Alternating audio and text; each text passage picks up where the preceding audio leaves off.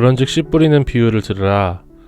아무나 천국 말씀을 듣고 깨닫지 못할 때는 악한 자가 와서 그 마음에 뿌려진 것을 빼앗나니 이는 곧 길가에 뿌려진 자요 돌밭에 뿌려졌다는 것은 말씀을 듣고 즉시 기쁨으로 받되 그 속에 뿌리가 없어 잠시 견디다가 말씀으로 말미암아 환난이나 박해가 일어날 때에는 곧 넘어지는 자요 가시떨기에 뿌려졌다는 것은 말씀을 들으나 세상의 염려와 재물의 유혹에 말씀이 막혀 결실하지 못하는 자요 좋은 땅에 뿌려졌다는 것은 말씀을 듣고 깨닫는 자니 결실하여 어떤 것은 100배, 어떤 것은 60배, 어떤 것은 30배가 되느니라 하시더라. 제가 이 환난이라는 단어를 환난이라고 일부러 강조해서 읽는 이유가 있습니다. 사전에 보면 이 환란이라고 하는 단어가 따로 있어요. 이 환란이라는 이 리을로 되는 단어는 보통의 고난을 얘기합니다. 모든 사람들이 당하는 고난입니다. 그런데 이 성경에 나오는 환난은 종교적인 기독교적인 의미에서의 박해를 이야기한다라고 어떤 국어 학자분이 교수님이 이야기를 하시는 것을 듣고 이렇게 발음을 하는 것이니까 이해를 해주시면 좋을 것 같습니다. 오늘 본문에서 예수님은 그런즉 너희는 들으라 라고 말씀하세요. 우리가 너무나 잘 알고 있는 씨 뿌리는 비유죠. 그런즉 들으라고 하시는 거예요. 앞서 제자들은 예수님이 비유로 말씀하시는 이유를 물어보았습니다. 아마도 제자들은요, 예수님이 비유가 아니라 조금 풀어서 가르치시면 더 많은 사람들이 듣고 잘 예수님을 따를 것이라는 세상적이고 인간적인 가치관으로 예수님께 질문을 했을 것이라는 생각이 들었습니다. 그러나 예수님은요, 비유를 말씀하시는 이유를 너무나 분명하게 가르쳐 주셨어요. 그리고 선지자들이 그렇게 바라던 것을 너희가 듣고 있다라고 얘기를 하시는 거죠. 그리고 성경 말씀을 좀 더 쉽고 사람들에게 와닿게 가르치는 것이 중요한 게 아니라 듣는 것이 중요하다라고 얘기를 하시는 거죠.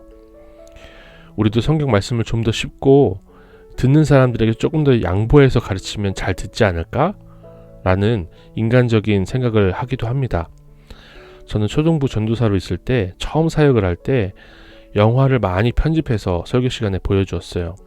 어떻게든 한 명이라도 더 잘 확 와닿게 하려고 그렇게 영상 편집을 많이 하면서 일주일 내내 그것만 고민했던 것 같습니다. 제자들이 이런 고민이 있어서 왜 비유로 가르치시는가를 질문을 한 거죠. 이렇게 남들이 잘 듣는지 눈치를 살피면서 주의를 보면서 비유로 가르치시는 이유를 질문하는 이 제자들에게 예수님은 그런즉 너희는 들으라고 하십니다. 그런즉 남들이 들으라가 아니라 너희가 들으라는 거예요. 남들이 어떻게 듣고 있는지 분위기 살피는 것보다 당장 내가 듣고 살아나는 것이 더 중요하다고 가르쳐 주고 계시는 거죠.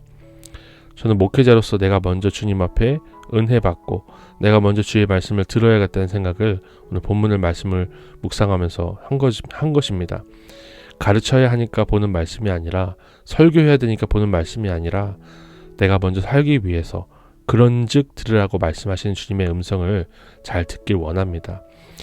매일마다 큐티를 하는 이 영상을 올리는 것 그래서 제가 이게 생명줄처럼 생각을 하기로 했어요. 지금도 그렇게 생각을 하고 원래 그렇게 생각을 했고 이제 말씀을 묵상하면서 더 그렇게 생각을 하게 된 거죠. 제자들이 먼저 살아나야 100배, 60배, 30배잖아요. 그러니까 좀 비교가 되는 거죠. 30배가 점점 늘어나는 게 아니라 30배라도 열매를 맺을 것이니 그런즉 들으라고 하시는 것입니다. 그러므로 내가 먼저 좋은 밭이 되어 주의 말씀 듣기를 사모하겠습니다. 하나님 아버지, 남들의 눈치를 보기 바쁘고 남들의 작은 표정 하나에도 위축되는 저를 불쌍히 여겨주옵소서. 남들이 잘 듣고 있는지를 살펴보았던 제자들처럼 우리도 남들이 은혜 받는지에 더 관심이 많습니다. 그러나 우리가 먼저 주님의 말씀을 듣고 깨달아서 가장 작은 30배라도 열매를 맺기를 소망합니다. 그런즉 듣겠습니다. 내가 살기 위해서 주의 말씀을 듣기를 더욱 사모하는 주일이 되게 하옵소서. 예수님의 이름으로 기도드립니다.